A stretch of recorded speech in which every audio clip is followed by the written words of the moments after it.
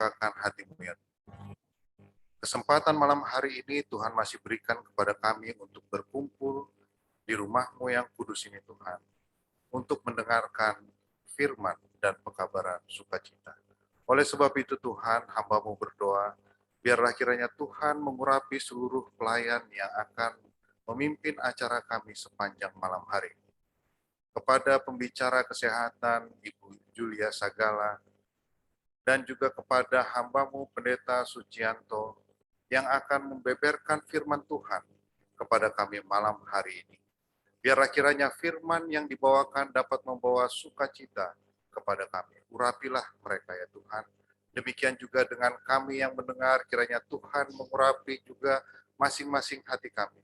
Bukakan pintu hati kami, agar kami dapat menerima pekabaran Tuhan malam hari ini dan membawa sebuah perubahan di dalam kehidupan kami.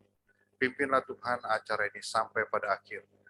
Doa ini kami serahkan di dalam nama anak-Mu Yesus yang menjadi Tuhan dan Juru Selamat kami. Amin.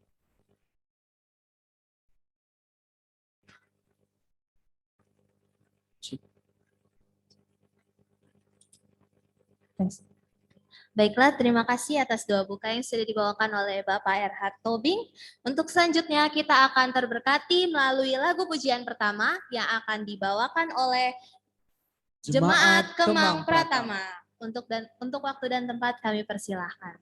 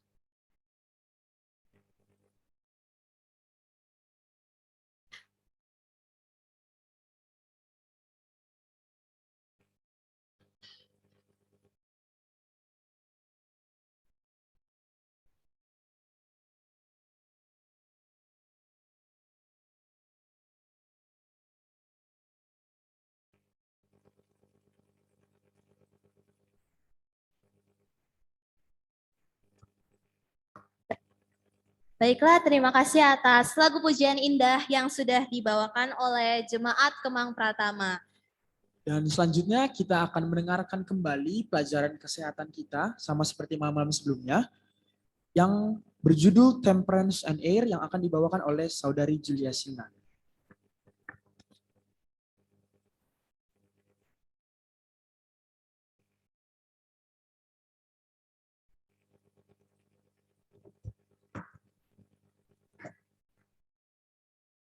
Selamat malam bagi kita semuanya. Apa kabarnya saudara-saudara dari 8 jemaat di wilayah 4 pada malam hari ini? Saya belum mendengar suaranya. Apa kabarnya? Oke. Baiklah saudara-saudara, sebelum saya akan membagikan seminar kesehatan terkait temperance dan juga air, saya mengundang masing-masing kita untuk kita bersatu di dalam doa. Mari kita bersatu di dalam doa. Selamat malam Bapak, terima kasih atas berkat yang Kau telah berikan pada kami. Kami boleh berada kembali di Jemaat Jaka Sampurna untuk mengikuti KKR pada malam ketiga, terutama untuk seminar kesehatan terkait temperance dan juga air. Berikanlah kepada masing-masing kami Roh Kudus-Mu agar hamba-Mu dapat berbicara dan juga yang mendengarkan dan kami bersama-sama dapat memiliki pola hidup sehat yang lebih baik untuk menyambut kedatangan-Mu yang kedua kali. Hapuskan dosa salah kami Bapa, doa ini kami alaskan dalam nama Tuhan Yesus kami berdoa. Amin.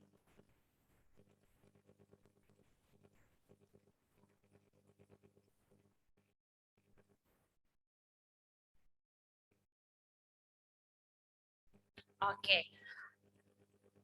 Pada malam ketiga ini, dalam serial seminar kesehatan, terutama terkait New Start, kita akan bersama-sama mempelajari terkait temperance dan juga air.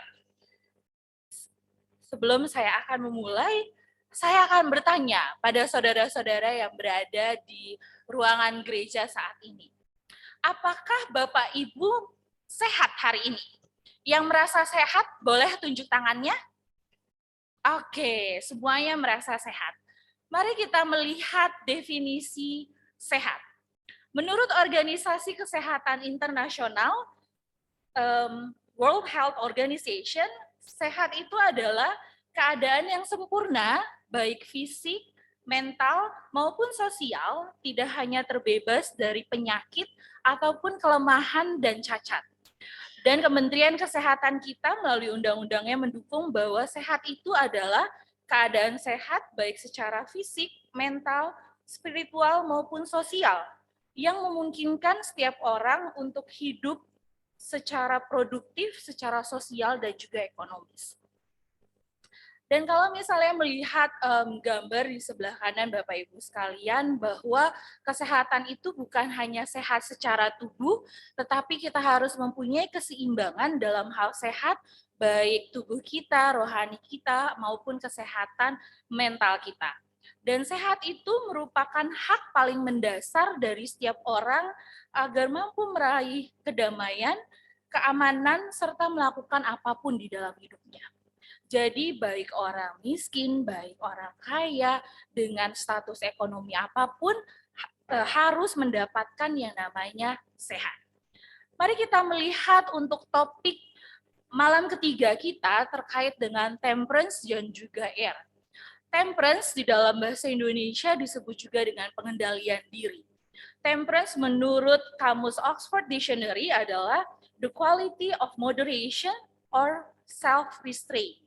Di mana menurut Kamus Besar Bahasa Indonesia, pengendalian diri itu adalah proses ataupun cara atau perbuatan seorang individu untuk mengendalikan sesuatu. Baik itu pola makan, kesehatan mental, kehidupan sosial, keseimbangannya dalam bekerja, dan lain sebagainya. Di mana pengendalian diri ini dapat didefinisikan sebagai kapasitas diri dari seorang manusia untuk mengendalikan respon terutama untuk bagaimana mereka beradaptasi di dalam lingkungan dan bagaimana pencapaian jangka panjang tersebut. Mengutip dari tulisan Nyonya Ellen G. White di dalam bukunya Testimonies volume 3 halaman 491, di mana Nyonya Ellen G. White menyebutkan bahwa bertarak dalam makanan dan juga pengendalian hawa nafsu akan melestarikan intelek dan memberikan kekuatan mental dan moral sehingga memungkinkan orang untuk membawa semua kecenderungan mereka di bawah kontrol kekuatan yang lebih tinggi. Dan untuk membedakan antara benar dan salah, yang sakral dan yang umum. Jadi bahwa pengendalian diri itu dibutuhkan. Dan untuk mengendalikan pengendalian diri, kita membutuhkan kebijaksanaan yang datangnya dari Tuhan. Kalau misalnya melihat gambar di depan, mungkin di bagian depan masih bisa melihat gambarnya, semoga di bagian belakang masih melihat. Di sini kita boleh lihat bahwa ini adalah gambar ponsel pintar. Tentu kita semua di dalam ruangan ini memiliki handphone. Tetapi terkadang saat ini justru handphone ini adalah menjadi sesuatu yang mencekik kita. Kemana-mana kita pegang handphone. Bangun tidur kalau misalnya anak muda kalau nggak buka handphone, lihat update status Instagram atau Facebook, rasanya ada yang salah. Nah, saat ini banyak orang sedang menghancurkan bait suci Allah suci Allah melalui penggunaan yang tidak terkendali dari penggunaan hal-hal yang baik ataupun zat-zat yang berbahaya. Dan faktor yang dapat mempengaruhi gaya hidup yang seimbang adalah gaya hidup modern dan juga kemajuan teknologi. Mengapa disebutkan bahwa gaya hidup modern dan kemajuan teknologi merupakan faktor yang dapat mempengaruhi gaya hidup kita saat ini? Karena kalau boleh dikatakan, beberapa tahun yang lalu mungkin orang tua kita tidak memiliki handphone yang secanggih saat ini. Sehingga di meja makan, anak-anak dan keluarga masih bisa berkomunikasi. Tetapi saat ini dengan adanya ponsel pintar atau handphone, bahkan di meja makan pun komunikasi antara anak dan orang tua boleh dihitung berapa menit ataupun berapa detik. Pengendalian itu sama dengan gaya hidup seimbang. Bagaimana kita bisa mengendalikan diri kita, bagaimana kita bisa mengendalikan pikiran kita, kita boleh mendapatkan yang namanya gaya hidup seimbang.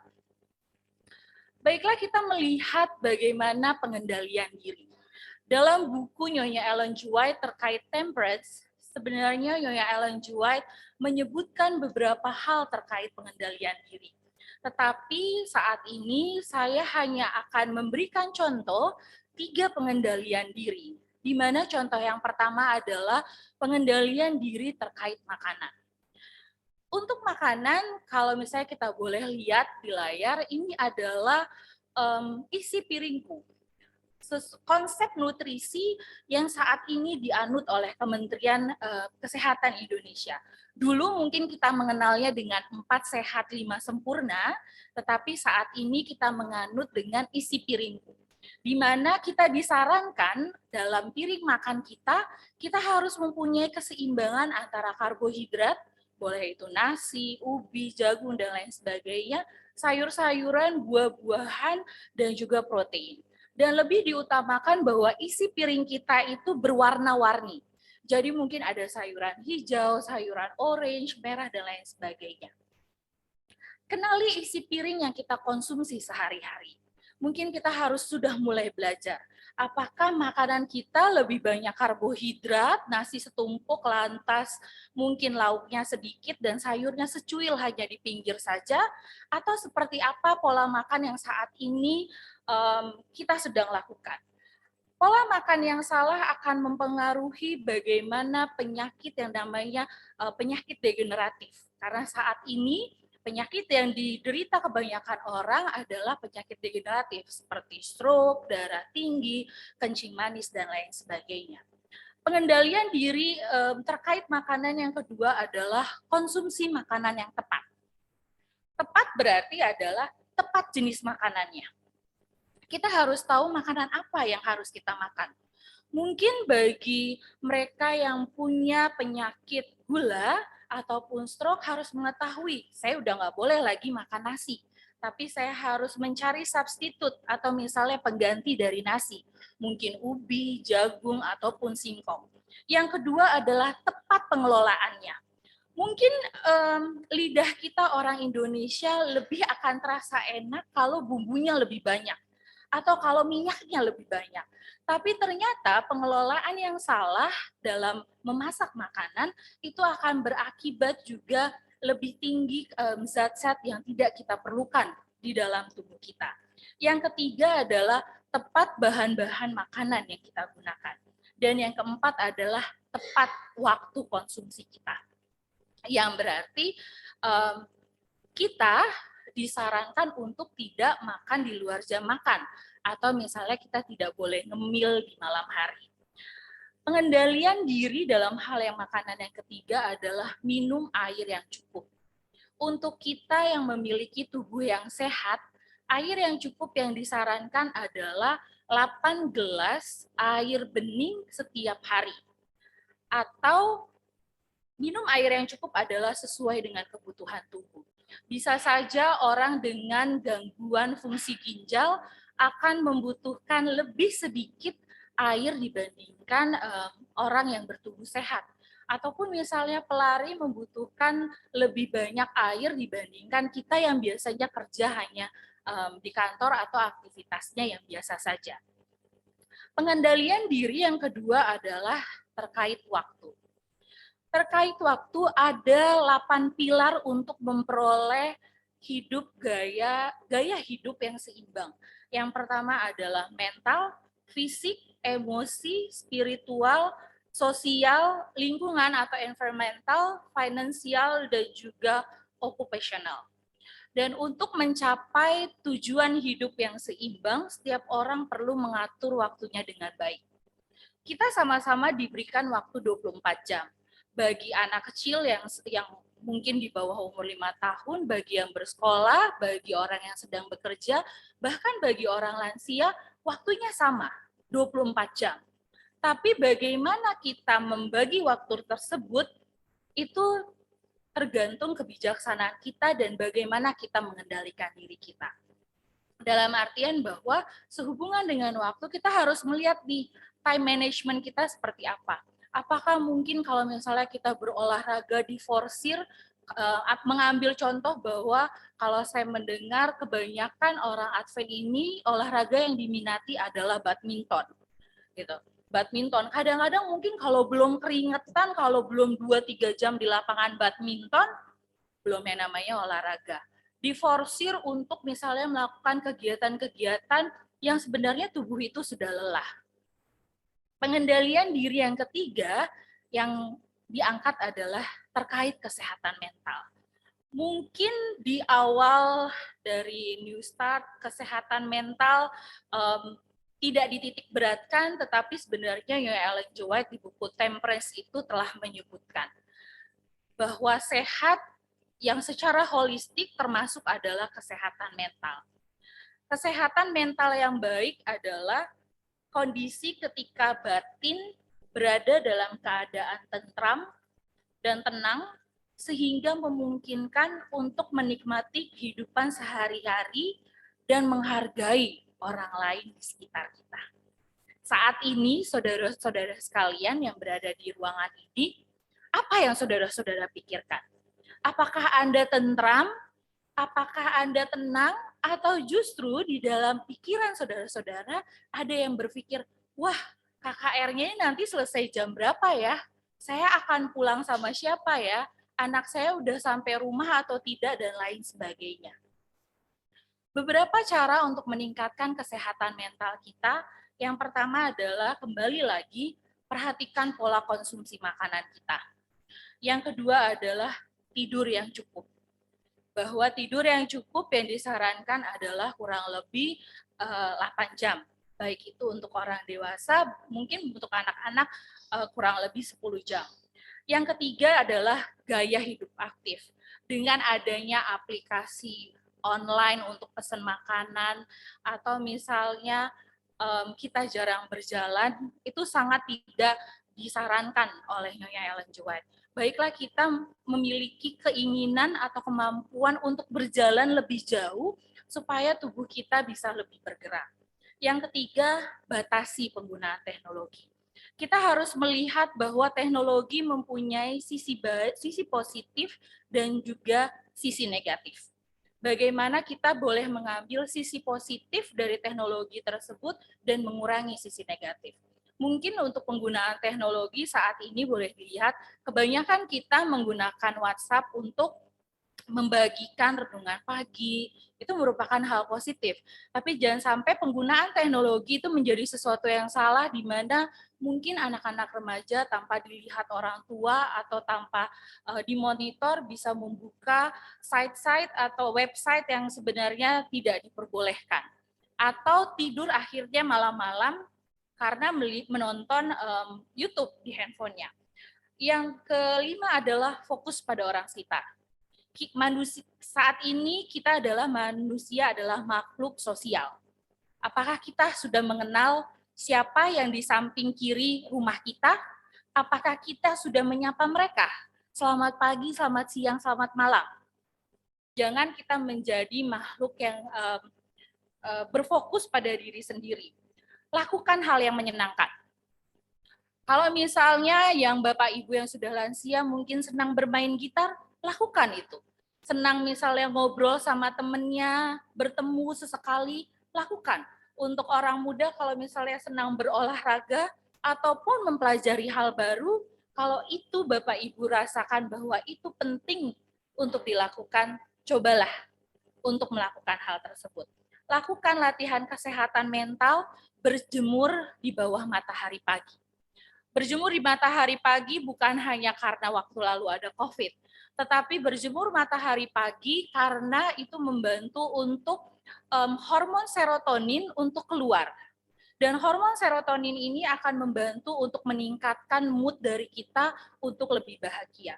Yang ketiga, apabila ada yang merasa di ruangan ini bahwa, wah saya sudah stres sekali nih memikirkan kehidupan, mungkin sudah sedikit putus asa, jangan ragu untuk meminta advice dari petugas profesional. Orang yang terganggu kesehatan mentalnya bukan berarti orang gila. Saat stres kita sudah berlebihan, kita juga sudah terganggu kesehatan mental kita. Topik yang selanjutnya adalah air atau udara, di mana udara ini tidak tampak kasat mata. Kita hanya tahu udara itu ada kalau misalnya ada sesuatu yang bergerak.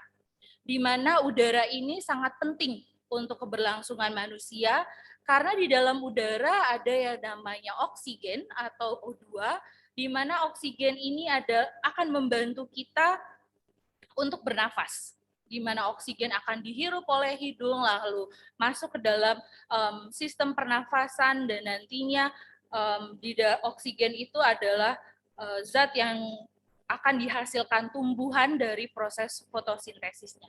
Ini adalah peran dan fungsi oksigen, di mana nantinya apabila kita menghirup kandungan oksigen yang baik, itu akan membantu kita untuk pembuluh darah kita bisa berfungsi dengan baik mengangkut oksigen, lantas otak bisa berfungsi dengan baik dan akan memompa jantung dan paru-paru, dan kita pun bisa dapat beraktivitas. Saat ini kalau kita boleh lihat, polusi udara itu ada di sekitar kita. Baik polusi udara yang disebabkan oleh alam itu sendiri, seperti misalnya gunung berapi, ataupun misalnya polusi udara yang disebabkan oleh kelalaian manusia, yaitu misalnya gas emisi pabrik. Di mana kalau kita mengalami keterpaparan dari polusi udara yang cukup banyak, itu kita bisa merasakan batuk, bronkitis, keracunan, ataupun misalnya bahkan kelelahan. Untuk mengurangi polusi udara yang kita bisa lakukan, ada yang namanya 3R, reduce, recycle, reuse. Hemat pemakaian energi kita, kalau misalnya Bapak Ibu mungkin pernah mendengar kalau ada alat elektronik yang tidak perlu digunakan, misalnya kipas atau AC, lebih baik dimatikan pada siang hari. Mengurangi penggunaan kendaraan bermotor, kalau misalnya kita boleh jalan kaki, mungkin 1 kilo itu lebih baik daripada misalnya kita harus memesan aplikasi kendaraan hanya untuk 1 kilo, atau kita menggunakan public transport saat ini. Yang ketiga, menanam pohon dan berkebun. Kita boleh memilih bahwa banyak tanaman-tanaman yang menghasilkan oksigen yang cukup baik untuk bisa kita hirup di rumah. Mengurangi makan daging. Ini adalah konsep bahwa manusia pada awalnya memang disuruh Tuhan untuk memakan biji-bijian dan buah-buahan. Daging bukanlah makanan utama kita, dan ini sejalan dengan Ustadz bahwa sebenarnya memakan daging, terutama daging sapi, itu 5 kali lebih banyak menghasilkan emisi gas rumah kaca yang nantinya dapat berakibat untuk meningkatkan polusi udara. Untuk mengurangi polusi udara, kurangi aktivitas membakar sampah, khususnya kalau bakar sampahnya tuh pagi-pagi. Dianjurkan kalaupun kita membutuhkan bakar sampah, setidaknya sudah sore hari. Lantas meningkatkan kesadaran terhadap lingkungan, hindari penggunaan kantong plastik. Kebanyakan saat ini di pasar swalayan atau di mal, kita dianjurkan untuk membawa tas sendiri dan tidak menyediakan plastik. Karena plastik itu sampai nantinya dia terurai, dia akan butuh beberapa tahun atau misalnya puluhan tahun. Nyonya Ellen G. White dalam Testimonies jilid 1 mengatakan bahwa udara merupakan anugerah yang berharga dan dimiliki oleh semua orang dengan pengaruhnya yang menyegarkan. Jika Anda tidak menolak membiarkannya masuk. Sambutlah udara yang kita miliki, tanamkan cinta padanya, dan itu akan terbukti menjadi penenang saraf-saraf kita. Pengaruh udara bersih dan segar adalah menyebabkan darah bersirkulasi secara menyehatkan melalui sistem. Udara akan menyegarkan tubuh dan cenderung mengubahnya kuat dan sehat. Sementara pada saat yang sama pengaruhnya dirasakan nyata pada pikiran, menanamkan sedikit banyak ketenangan dan ketentraman, meningkatkan selera dan membuat pencernaan makanan lebih sempurna dan menimbulkan tidur yang nyenyak dan indah. Saya ingin di akhir dari presentasi seminar kesehatan ini, saya ingin mengutip tulisan Nyonya Ellen G. White dalam Kebahagiaan Sejati, halaman 108, paragraf pertama, yang mengingatkan pada kita bahwa di dalam tiap-tiap anaknya, di dalam diri kita, Yesus mengirim sebuah surat ke dunia ini. Jika engkau adalah murid Yesus, dia mengirimkan di dalam engkau sebuah surat untuk keluarga, untuk kampung, jalan raya, di tempat tinggalmu. Yesus yang berdiam di dalam engkau ingin berbicara ke hati orang-orang yang belum mengenal dia. Mungkin mereka belum membaca Alkitab atau belum mendengar suara yang berbicara kepada mereka melalui halaman-halaman buku itu. Mereka belum melihat kasih Allah melalui pekerjaannya, tetapi jika engkau adalah seorang wakil Yesus yang sejati, maka mungkin melalui engkau mereka akan mengerti sesuatu dari hal kebaikannya, serta dimenangkan menjadi mengasihi dan berkati kepada Tuhan. Semoga kita boleh menjadi anak-anak Yesus yang bisa menampilkan pola hidup yang lebih baik. Terima kasih.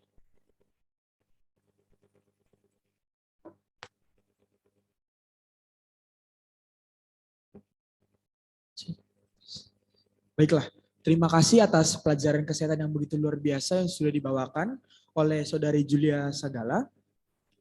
Untuk selanjutnya kita akan terberkati lagi melalui lagu pujian yang akan dibawakan oleh Jemaat Bukit Sion.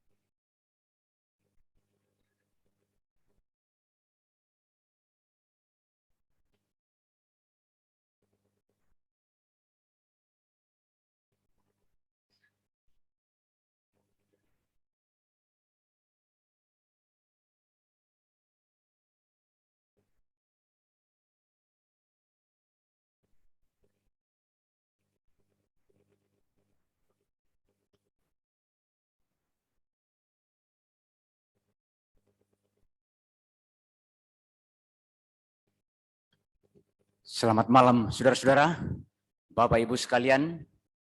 Kami dari Jemaat Bukit Sion akan menyanyikan lagu pujian kepada Tuhan.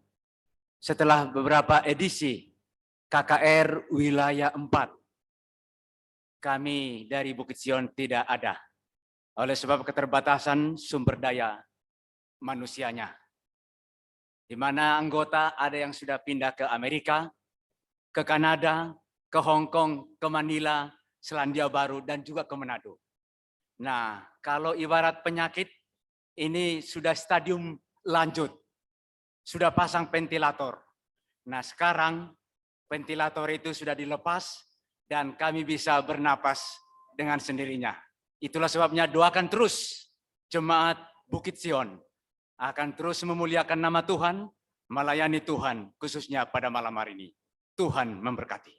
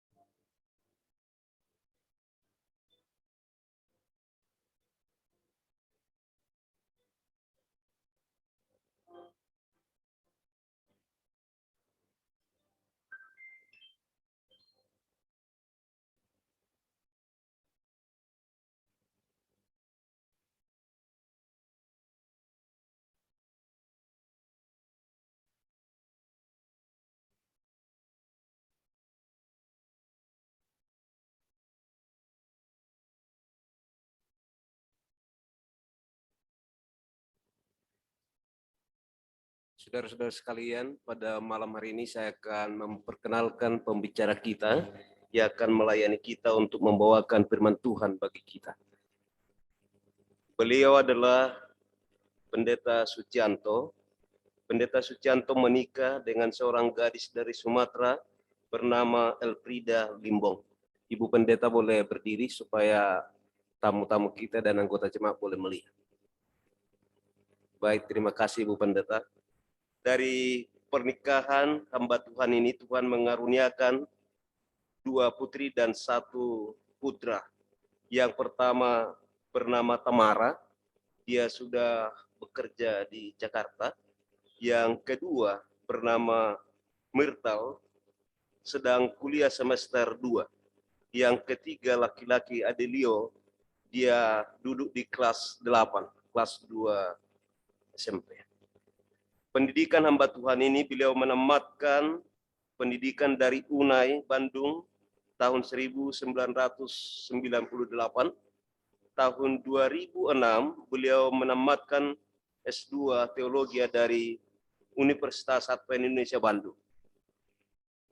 Beliau ini telah kaya dalam pelayanan karena sudah melayani di berbagai organisasi. Yang pertama, tahun 1998 sampai 2008, hamba Tuhan ini melayani sebagai gembala jemaat di Conference DKI Jakarta dan sekitarnya. Tahun 2009 sampai tahun 2012, beliau ini dipanggil untuk melayani sekretaris Asosiasi Kependetaan Daerah Kawasan Tengah. Tahun 2013 sampai 2016, beliau diangkat menjadi sekretaris eksekutif daerah Jawa Kawasan Tengah. Tahun 2017 sampai Juni 2022 menjadi ketua daerah Jawa Kawasan Tengah. Bulan Juli 2022 sampai sekarang ini, hamba Tuhan ini telah dipercayakan menjadi sekretaris Kependetaan Uni Indonesia Kawasan Barat. Demikian perkenalan pembicara kita pada malam hari ini. Tuhan memberkati kita.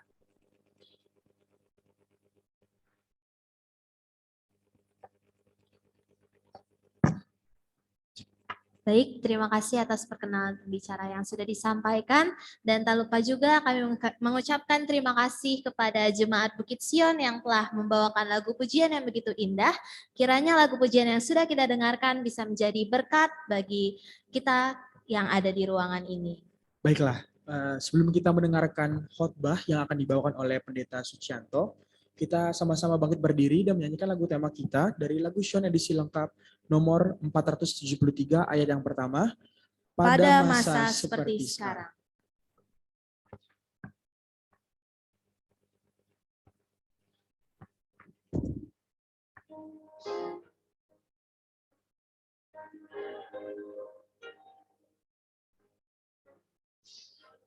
Pada masa seperti sekarang, kita berserah.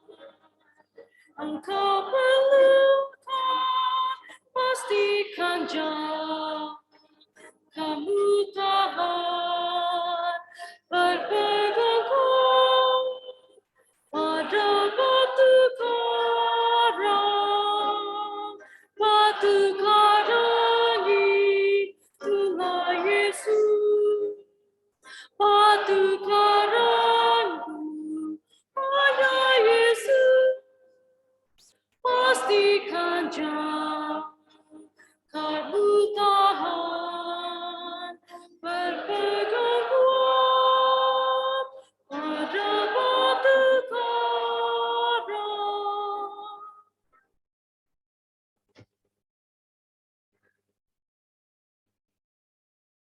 Kita tunduk kepala dan kita berdoa. Bapa dalam Engkau pada malam hari ini. Di malam yang ketiga ini kami umat-umat Tuhan boleh berkumpul di tempat ini untuk bersama-sama mendengarkan firman Tuhan.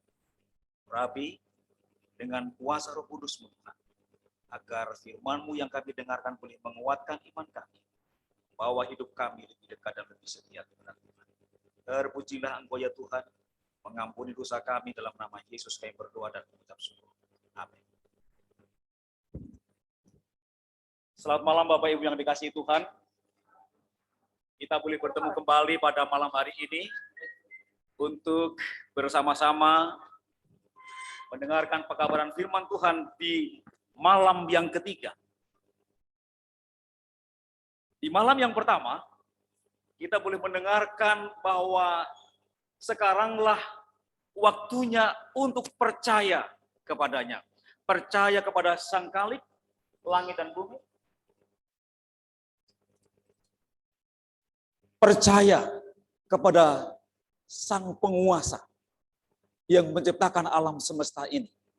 Dan lebih daripada itu, percaya kepada Yesus Kristus, Sang Juru Selamat yang telah menjadi penebus manusia dari binasa dosa.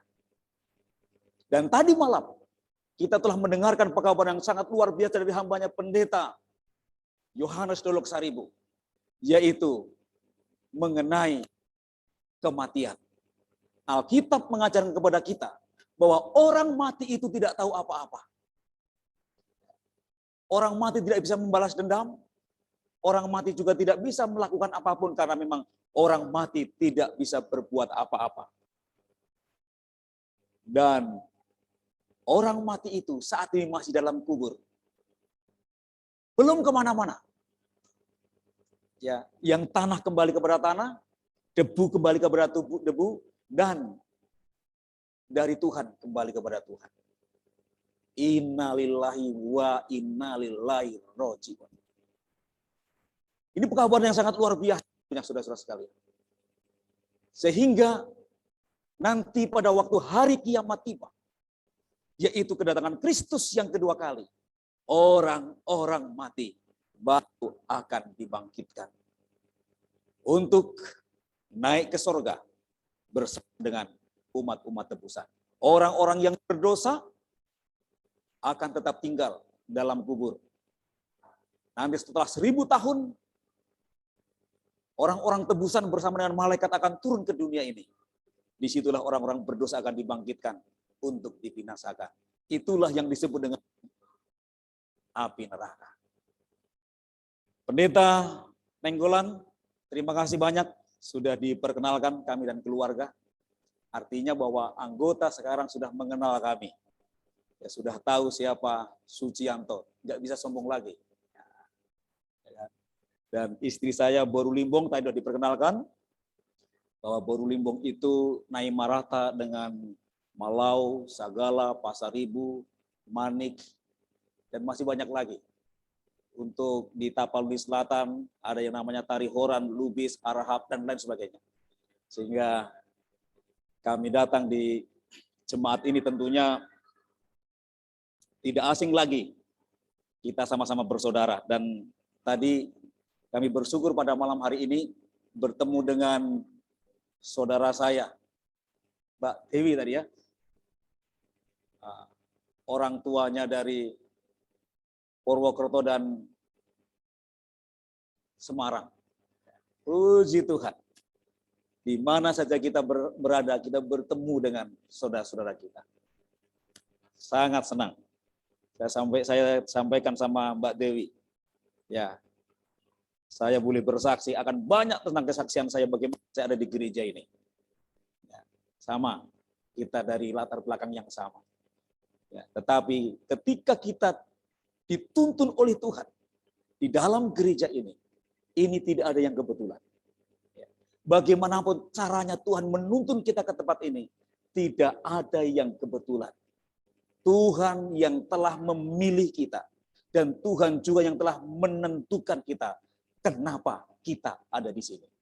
Kita bersyukur kepada Tuhan tentunya, saudara-saudara. Sebab kalau saya tidak menjadi anggota gereja ini, saya tidak ada di sini. Saya sudah sampaikan sama Mbak Dewi bahwa saya dari gereja Kristen Jawa. Bapak ibu saya anggota gereja, bahkan anggota majelis Sintua Gereja Kristen Jawa. Opung saya, kakek saya, pendeta Stefanus, pendeta gereja Kristen Jawa. Om saya saat ini Pendeta Yanu, pendeta GBI di Kebayoran Baru, Jakarta Selatan.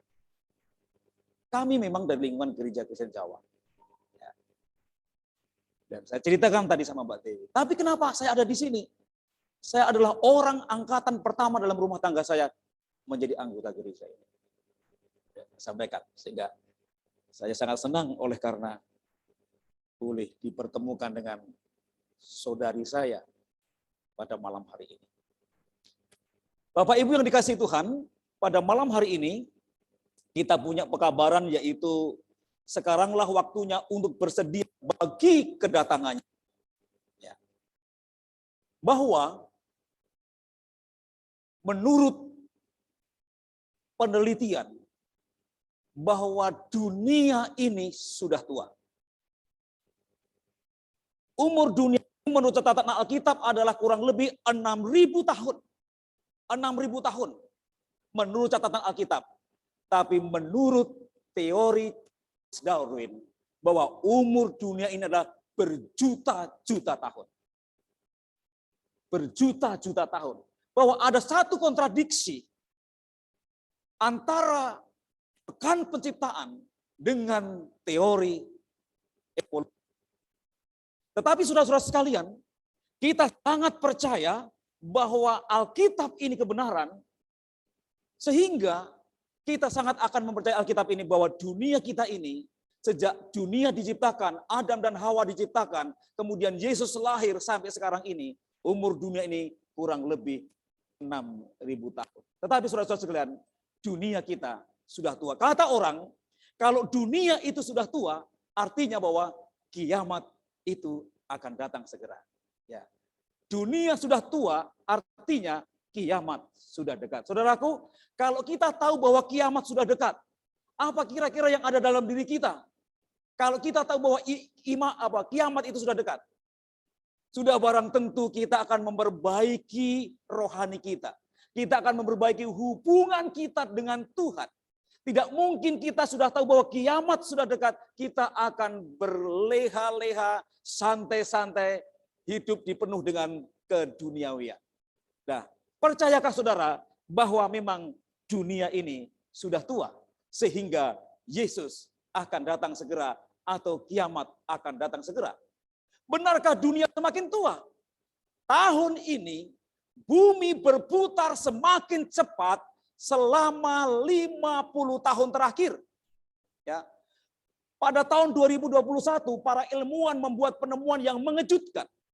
Mereka menemukan bahwa bumi mulai berputar lebih cepat yang mengakibatkan hari lebih pendek.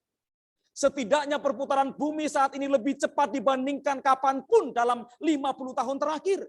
Menurut catatan, 50 tahun terakhir, rekor 28 hari tercepat atau terpendek terjadi pada tahun 2020. Ini karena bumi menyelesaikan rotasi di sekitar porosnya lebih cepat sekian milidetik daripada rata-rata. Saudara-saudara sekalian, ini penelitian menunjukkan bahwa memang dunia ini sudah semakin tua. Dan Alkitab juga mengajarkan kepada kita bahwa dunia ini bukan tempat tinggal kita. Bahwa tempat kita tinggal kita sesungguhnya bukan di dunia ini. Menurut orang Jawa, kita tinggal di dunia ini hanya seperti orang mampir ngombe. Apa artinya mampir ngombe? Mampir ngombe itu istirahat minum. Orang mengadakan perjalanan jauh, kemudian dia haus, istirahat sebentar, minum. Setelah minum, hausnya sudah selesai, melanjutkan perjalanan kembali. Jadi hidup di dunia ini menurut filsafat orang Jawa adalah mampir ngombe. Hanya sebentar. Karena memang ini bukan tempat tinggal kita. Tempat tinggal kita yang sesungguhnya adalah surga yang Tuhan sediakan bagi kita.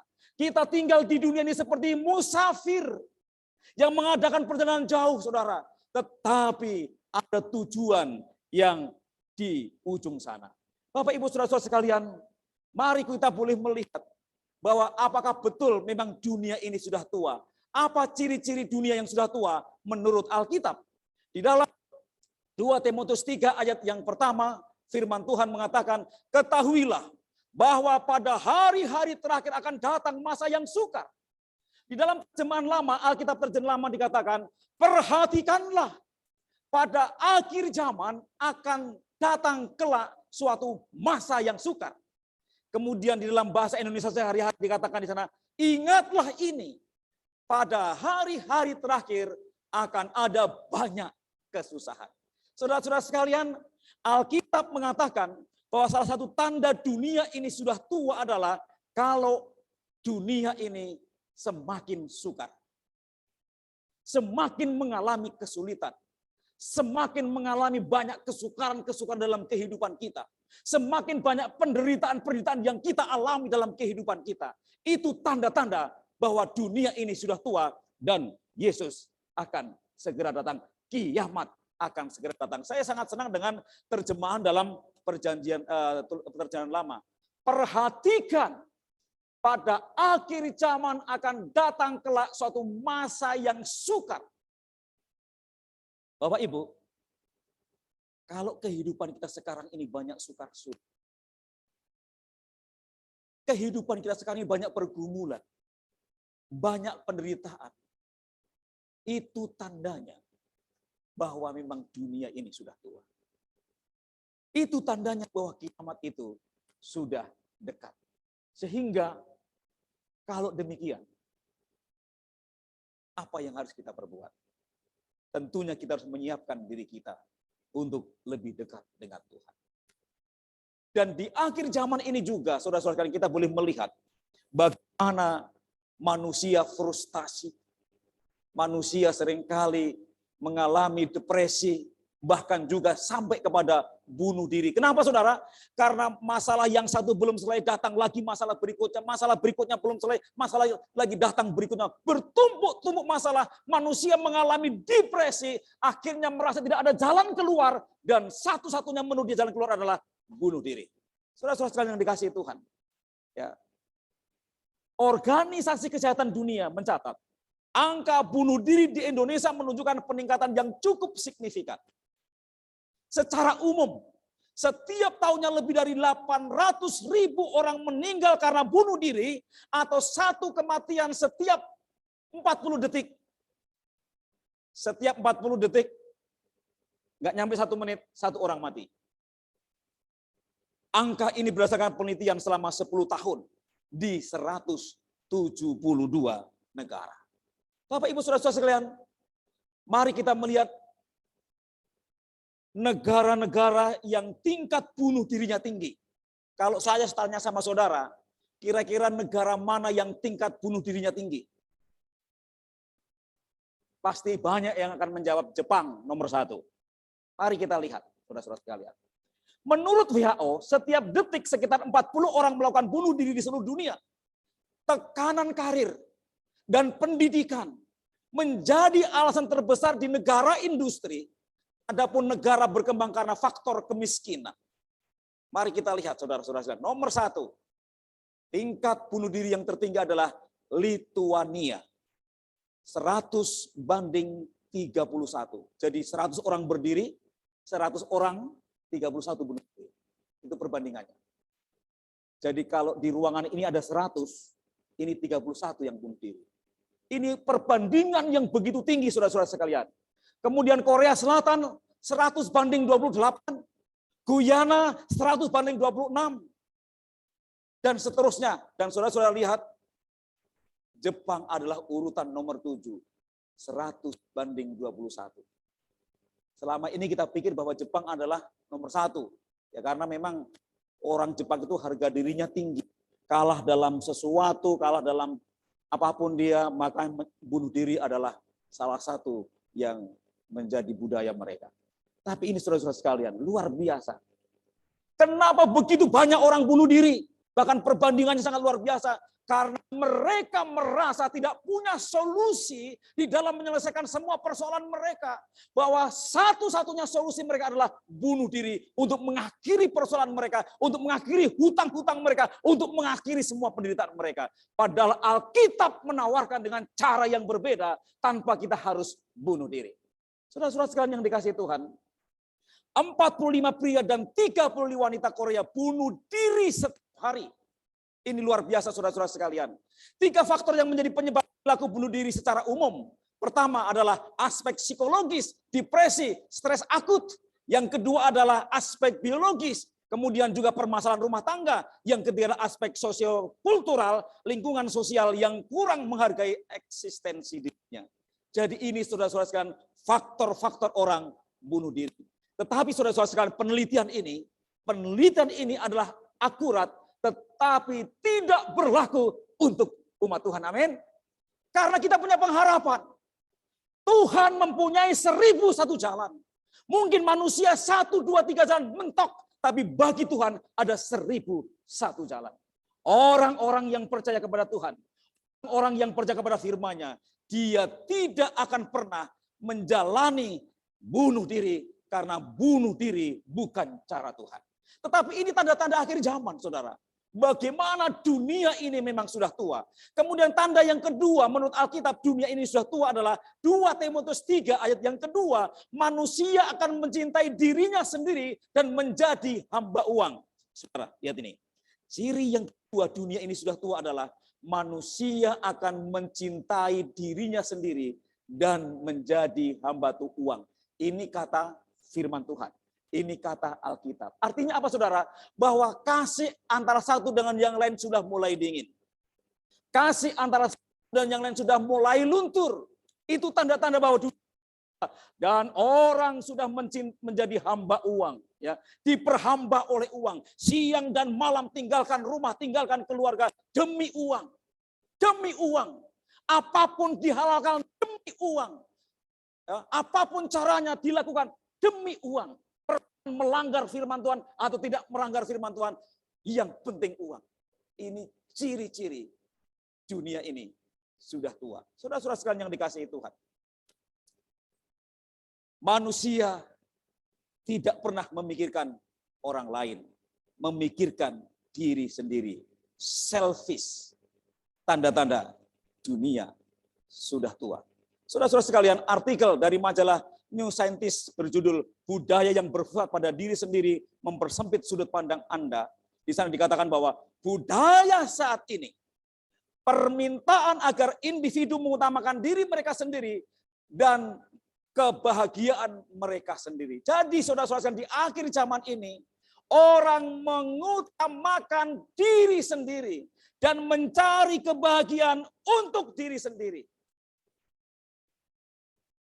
Sehingga orang pada akhir zaman ini sudah lebih banyak bersifat individualisme. Tidak peduli lingkungan, tidak peduli orang lain. Yang penting dirinya sendiri. Ini ciri-ciri bahwa dunia sudah semakin tua. Bahkan saudara-saudara di dalam berita yang kita baca bahwa Indonesia adalah salah satu negara terkorup di dunia. Kita ada di dalamnya. Kenapa saudara orang korup? Karena yang dipikirin diri sendiri. Untuk kepentingan diri sendiri. Tidak peduli orang lain. Saya mendengar Menteri Mahfud MD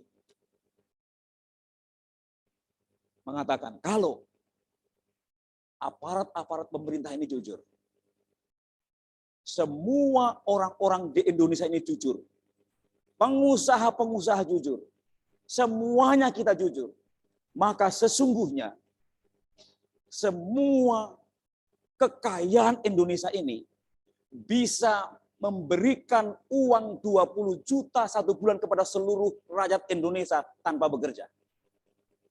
Saudara boleh lihat di YouTube. Artinya bahwa negara Indonesia itu sangat kaya raya.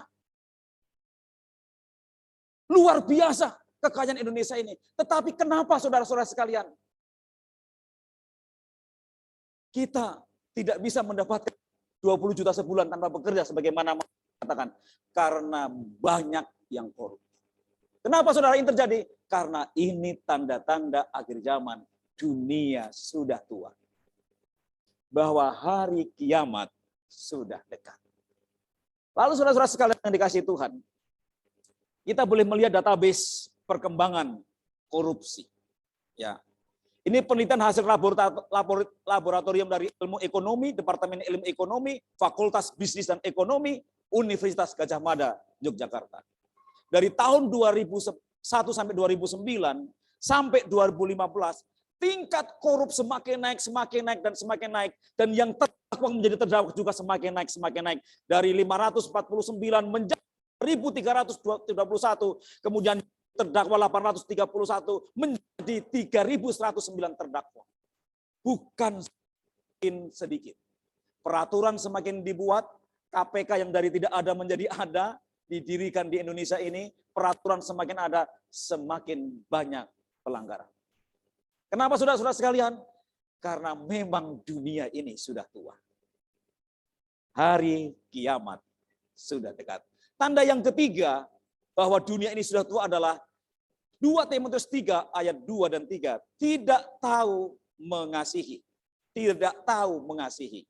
Ya. Saudara-saudara sekalian, lebih banyak orang mati karena kelaparan cinta daripada karena kekurangan makanan. Akhir zaman ini luar biasa.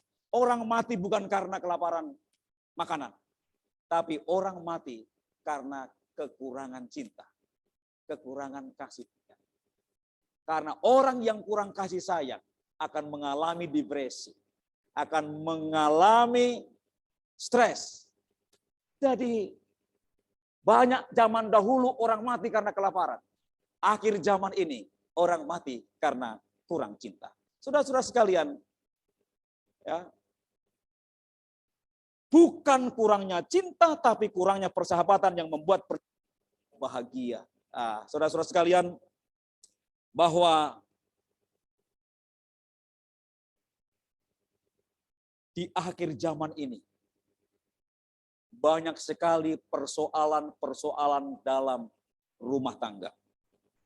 Dan salah satu persoalan rumah tangga adalah kurangnya kasih sayang antara suami dan istri.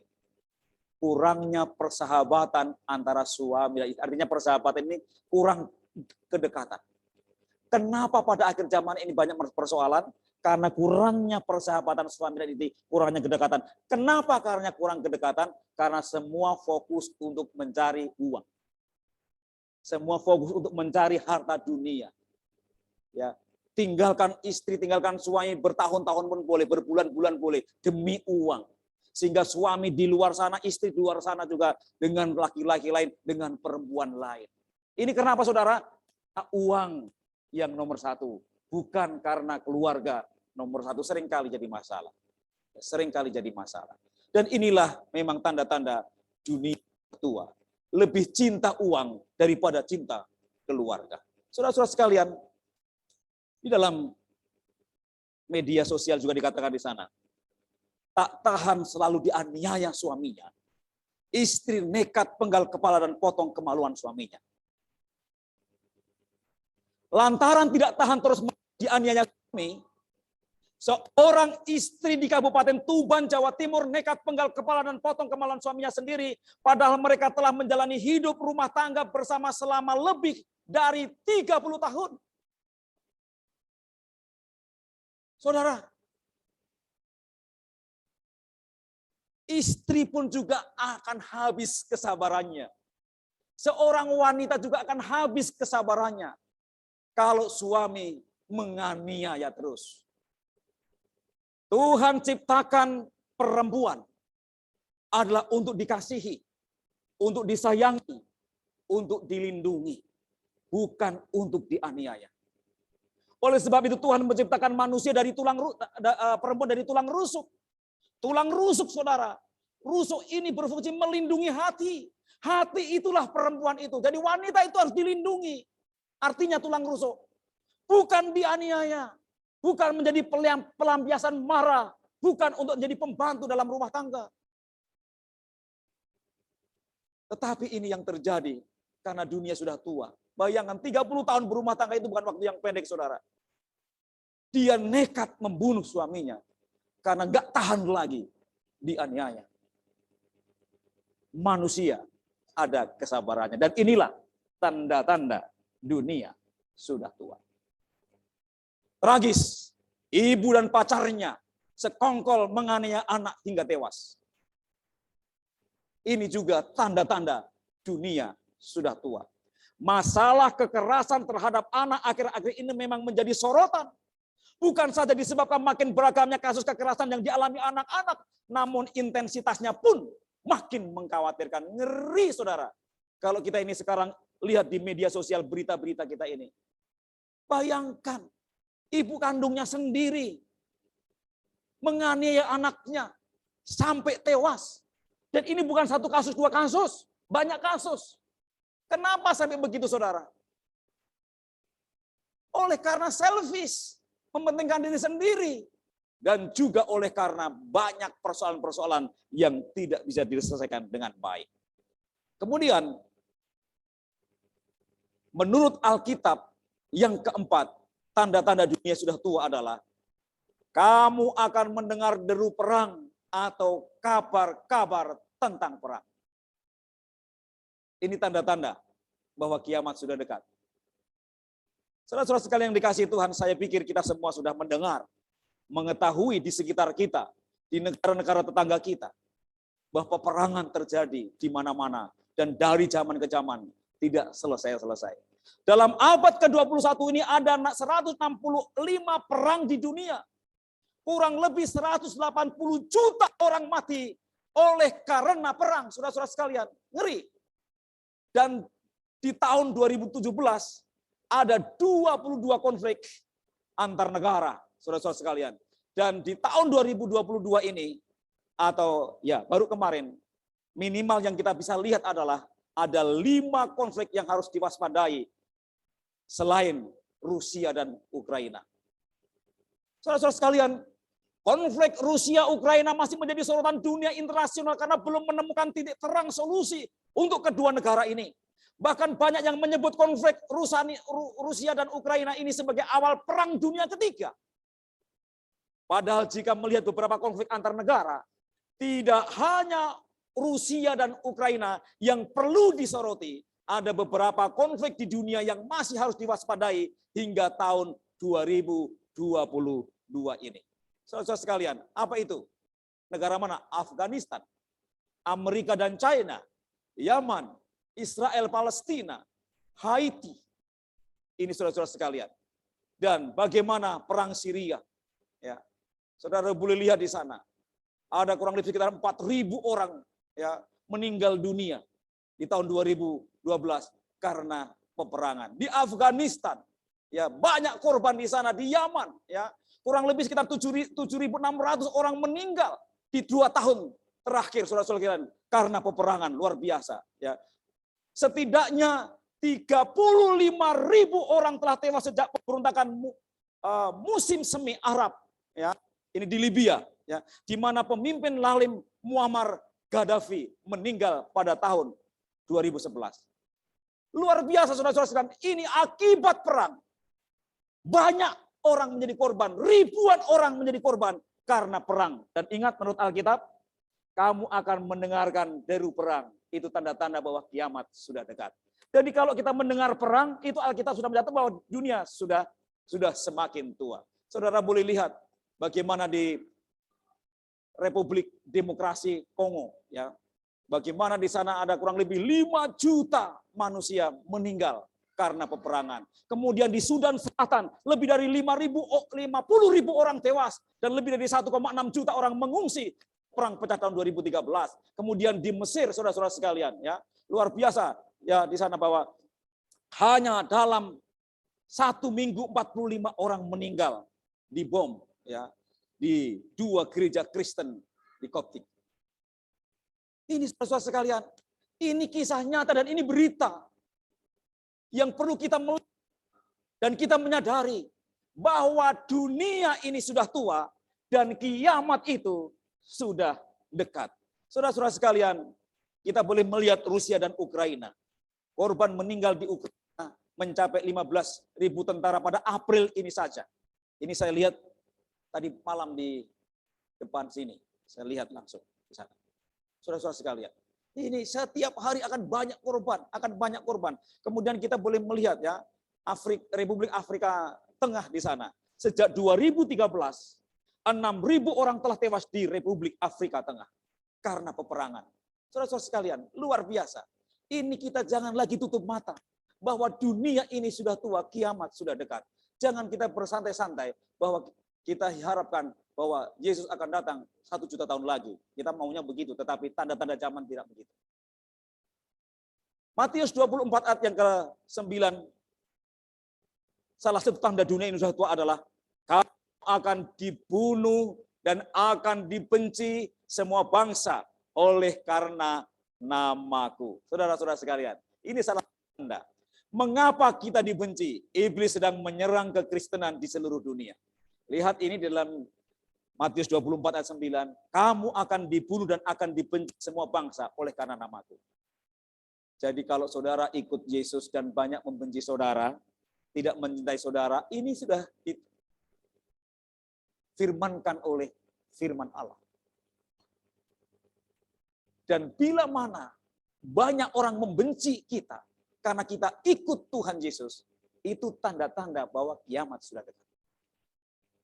Jadi nggak usah khawatir saudara-saudara sekalian. Ya. Ini tanda-tandanya.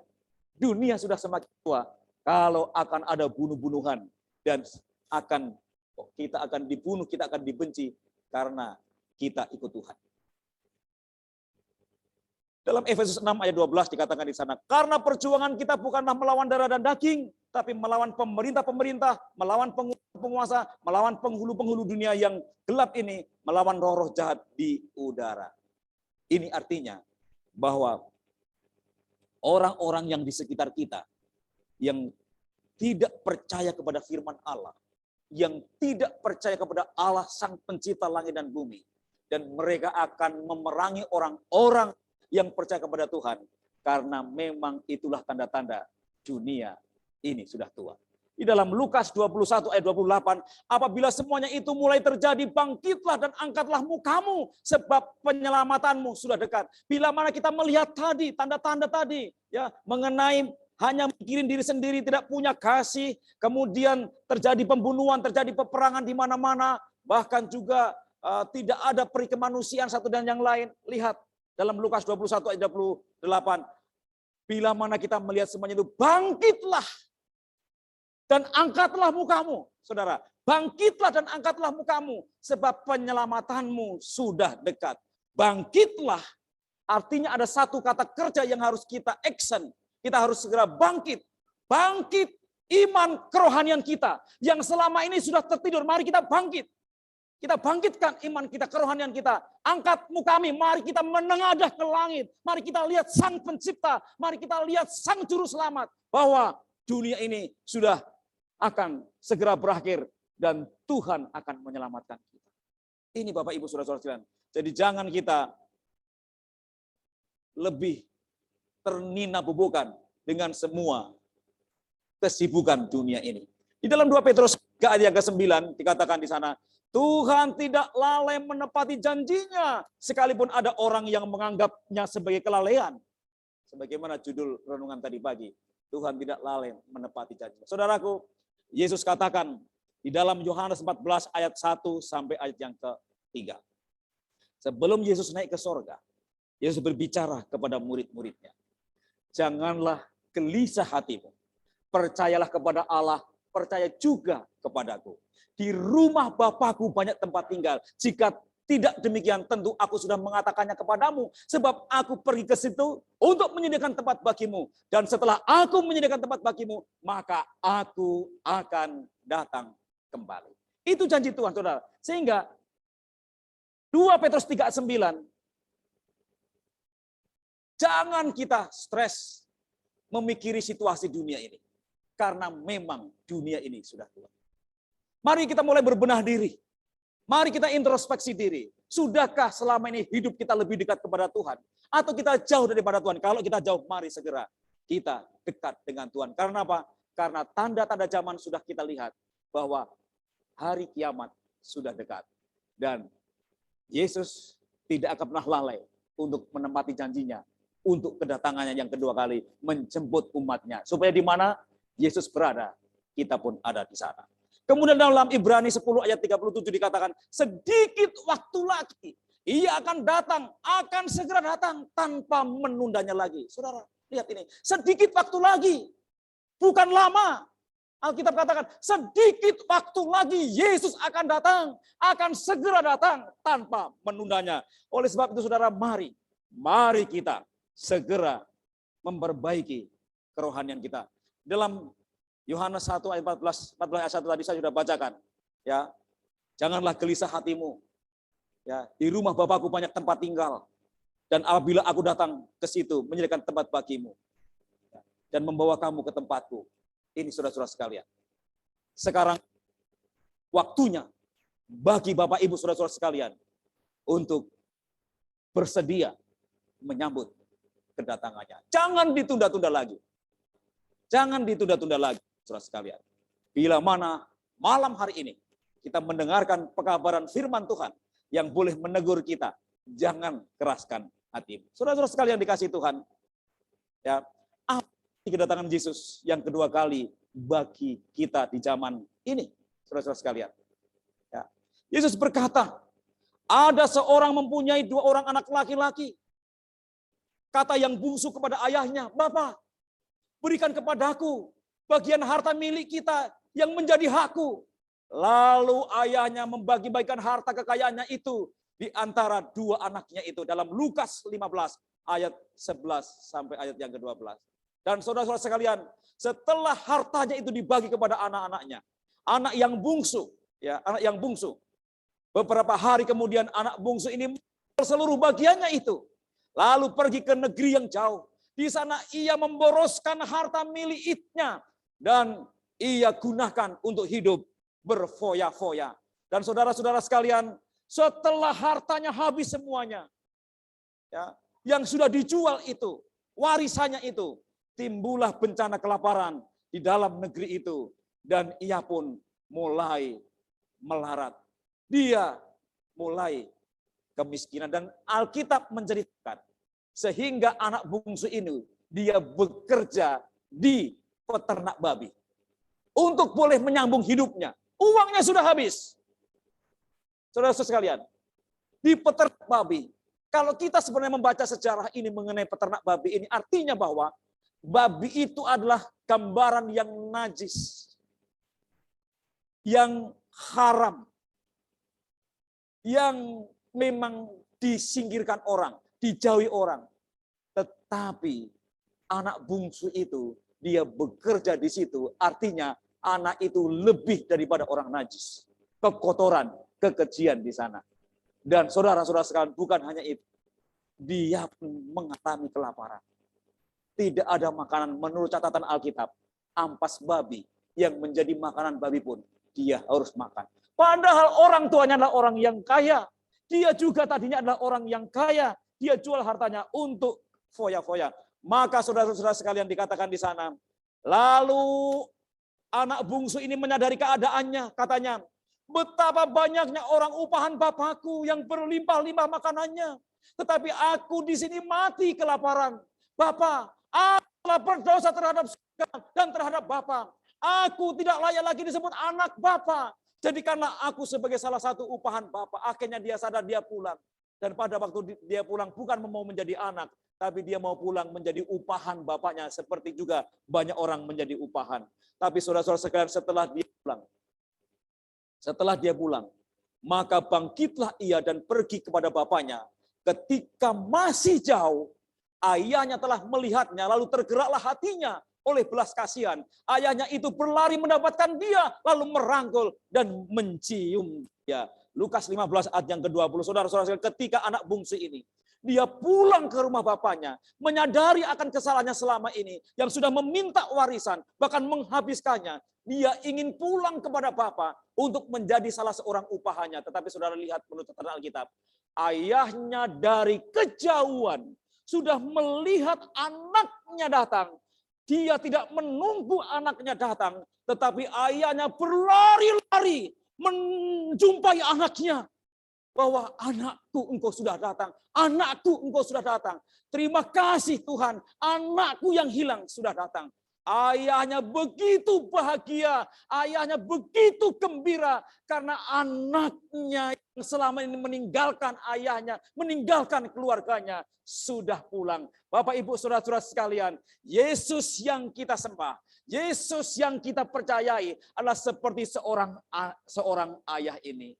Kita adalah mungkin anak bungsu yang hilang, yang tinggalkan Yesus, yang tinggalkan Bapa, yang tidak menuruti akan perintah-perintahnya. Bahkan kita sudah mendustai dia. Tetapi jangan lupa, Bapa kita menunggu-nunggu kedatangan kita untuk kembali. Bapa kita setiap hari melihat kapan kembali. Dan setelah kita kembali, Bapa kita bukan menunggu, tapi dia lari menyambut kita dan merangkul kita. Sehingga katakan, ambillah jubah yang paling bagus, kemudian cincin yang paling bagus, potong domba lembu, mari kita pesta karena anakku yang hilang sudah pulang. Saudara-saudara sekalian, ayahnya tidak pernah melihat kesalahan anaknya di masa lalu.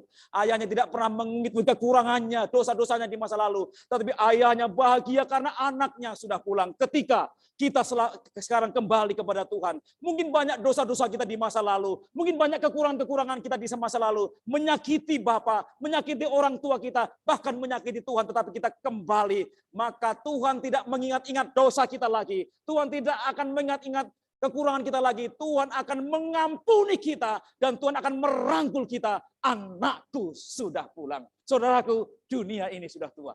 Yesus sudah mau datang ke dunia ini untuk menjemput kita. Apa kita sudah menyiapkan hati kita untuk pulang ke rumah Bapa? Tuhan sudah menunggu kita. Bapa sudah menunggu kita. Siapa di antara kita yang rindu untuk berjumpa dengan Bapa? Kami undang saudara untuk berdiri bersama-sama.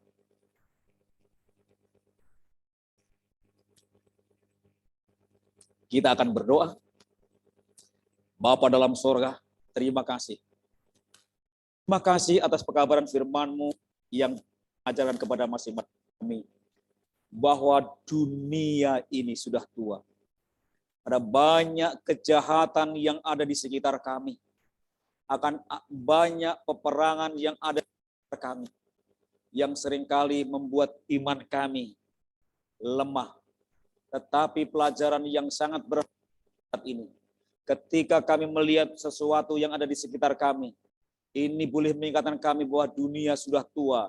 Yesus, hari kiamat segera datang. Oleh sebab itu ya Tuhan, ajari kami untuk mengerti firman-Mu ini. Ajari kami untuk mengerti kehendak-Mu ini Tuhan.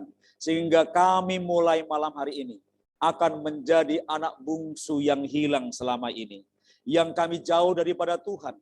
Yang kami telah mengecewakan Tuhan. Bahkan berbuat kejahatan. Tetapi Tuhan telah menunggu kami sejak lama. Kapan kami pulang, kapan kami kembali, kapan kami bertobat. Terima kasih Bapa atas kesempatan dan kesabaran-Mu menunggu kami. Mulai malam hari ini kami akan memperbaiki diri kami. Dan kami akan lebih dekat kepadamu, lebih dekat kepadamu. Dan bila mana selama ini kami berbuat dosa, mendukakan hati-Mu Bapa, ampuni kami. Sucikan hati kami, tahirkan kami, sehingga kami layak di hadirat-Mu. Dan oleh kasih karunia Allah, maka kami boleh diselamatkan masuk dalam kerajaan surga. Terpujilah Engkau ya Bapa. Terima kasih. Kami akan menyambut panggilan-Mu pada malam hari ini. Kami akan menyambut kasih-Mu pada malam hari ini. Dan kami akan menyambut Engkau sebagai Tuhan dan Juru Selamat pribadi kami. Terpujilah Engkau ya Bapa. Di dalam nama Yesus Kristus kami berdoa dan mengucap syukur. Amin.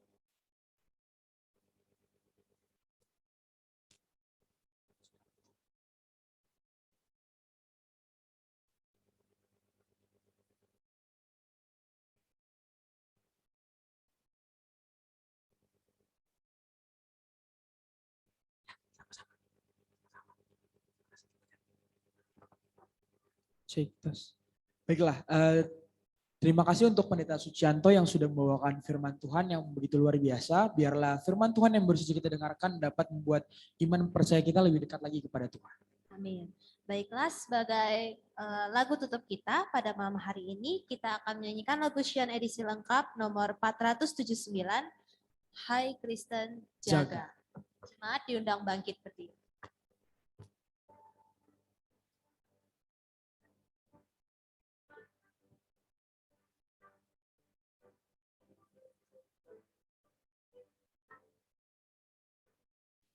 Hai baik Kristen jaga, itu perintah Tuhan. Tabir dan perisai dan pedang di tangan, lawan dengan berani musuhmu itu.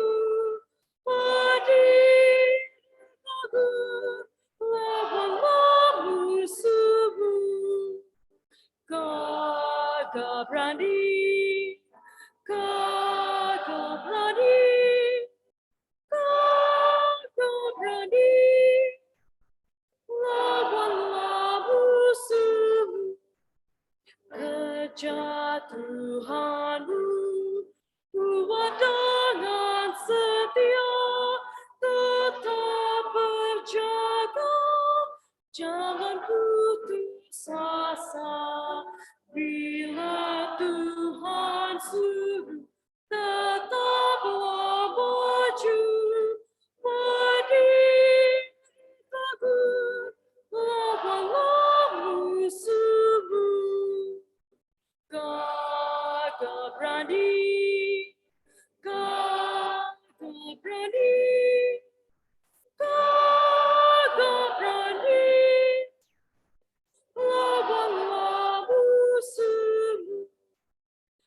Janganlah bimbang, karena Yesus dekat, sedia memberi hiburan dan rahmat. Kasih-Nya bagaikan air yang sejuk. Berdiri teguh, lawanlah musuhmu. Gagah berani, gagah berani, gagah berani, lawan musuh.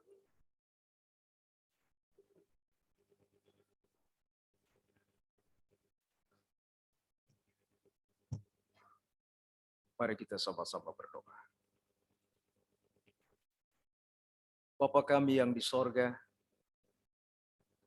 kami panjatkan puji dan rasa syukur dan terima kasih. Karena kami telah merasakan bagaimana Engkau yang telah memberkati kami, memelihara hidup kami, sehingga malam ini Tuhan, lanjutan KKR yang kami laksanakan berjalan dengan baik. Kami sangat terberkati dengan pelajaran-pelajaran yang kami dengar. Terlebih malam ini Tuhan, pekabaran firman Tuhan yang dibentangkan oleh hamba-Mu Bapak Pendeta Sucianto. Biarlah kiranya Tuhan dengan pertolongan kuasa Roh Kudus, maka apa yang kami dengarkan ini, kami bisa hidupkan di dalam kehidupan kami masing-masing. Sehingga kami beroleh sukacita, menjadi umat Tuhan yang bukan hanya sebagai pendengar firman, tetapi kami adalah bagian dari para pelaku-pelaku firman itu sendiri. Engkau memberkati Tuhan, hamba-Mu Bapak Pendeta Sucianto, supaya beliau tetap bersukacita di dalam pelayanannya, dimanapun dia melayani. Terlebih Tuhan juga Engkau berkati seluruh partisipan yang telah melaksanakan tanggung jawab mereka dengan penuh sukacita, sehingga ibadah KKR kami malam ini berjalan dengan baik. Demikian juga Tuhan, Engkaulah kiranya yang memberkati seluruh para pendengar yang telah hadir, baik di dalam gereja ini, manapun mereka berada. Biarlah kiranya Tuhan juga memberkati bagi tamu-tamu kami yang telah hadir bersama-sama dengan kami. Ketika mereka mendengarkan pekabaran firman Tuhan, biarlah kiranya Roh Kudus yang akan menguatkan dan meneguhkan di hati mereka, sehingga itu akan menjadi bekal bagi pertumbuhan kerohanian mereka. Demikian juga Tuhan, Engkau yang memberkati baik kami yang sudah melayani, yang di mana Tuhan Engkau percayakan bagi kami seluruh panitia yang Tuhan sudah berkati. Bapa, izinkanlah kami supaya kami bisa lebih setia dan dekat kepada Tuhan.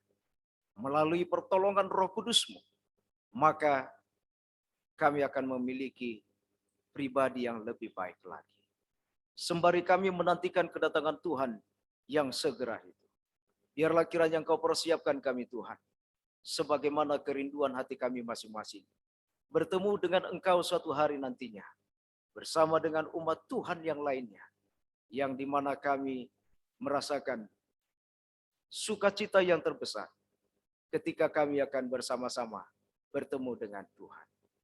Bapa, kami adalah manusia yang lemah. Sering sekali kami melukai hati Tuhan. Melalui perkataan kami, perbuatan kami, tindakan kami. Boleh saja dalam beberapa hari ini Tuhan, kami telah melakukan dosa. Oleh sebab itu, biarlah kiranya Engkau senantiasa mengampuni kami.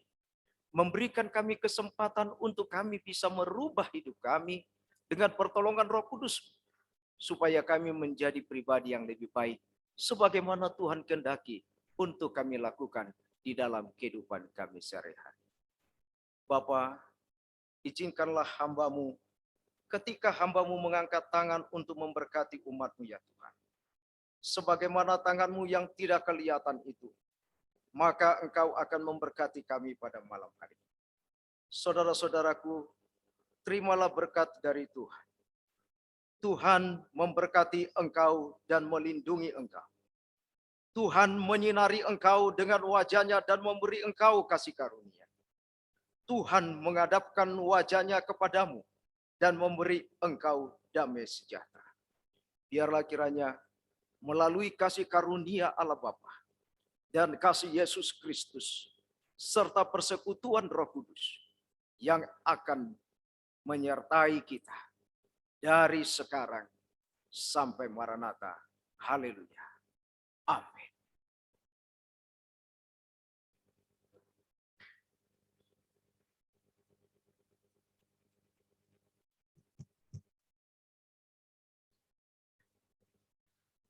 Baiklah, dengan demikian ibadah KKR Wilayah 4 pada malam ketiga hari ini telah selesai. Kami mengucapkan terima kasih banyak kepada seluruh tamu-tamu undangan, baik tamu-tamu KPA atau tamu undangan lainnya, dan juga kepada seluruh anggota jemaat Gereja Masehi Advent hari ke-7 Wilayah 4 yang telah hadir dan berbakti bersama-sama pada malam hari ini. Selanjutnya juga kami mengucapkan terima kasih banyak kepada seluruh partisipan anggota jemaat yang ada di wilayah 4 yang telah mengambil bagian mulai dari partisipan doa, menyanyi, hingga untuk terkhusus Pendeta Sucianto yang sudah membawakan firman Tuhan pada malam hari ini. Ya, dan untuk seluruh tamu-tamu undangan anggota KPA maupun anggota jemaat yang mungkin memiliki pertanyaan sehubungan dengan pembahasan akan pelajaran firman Tuhan yang tadi telah disampaikan oleh Pendeta Sucianto pada malam hari ini, boleh menuliskan pertanyaannya dan langsung menghubungi tim panitia KKR Wilayah 4. Kami juga mengundang kembali untuk seluruh tamu-tamu, baik yang berada di wilayah 4 ataupun anggota KPA, juga anggota wilayah 4, untuk kembali hadir di KKR pada malam selanjutnya dengan judul Sekaranglah Waktunya untuk Menyembah Dia yang akan dibawakan oleh hamba Tuhan Pendeta Dr. Yohanes Doloksari.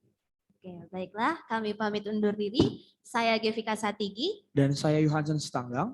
Mewakili seluruh panitia dan juga staf-staf KKR Wilayah 4. Kami mengucapkan terima kasih banyak.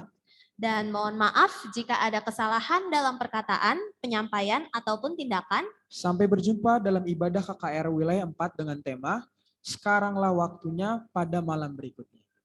Terima kasih, Tuhan Yesus memberkati. Shalom.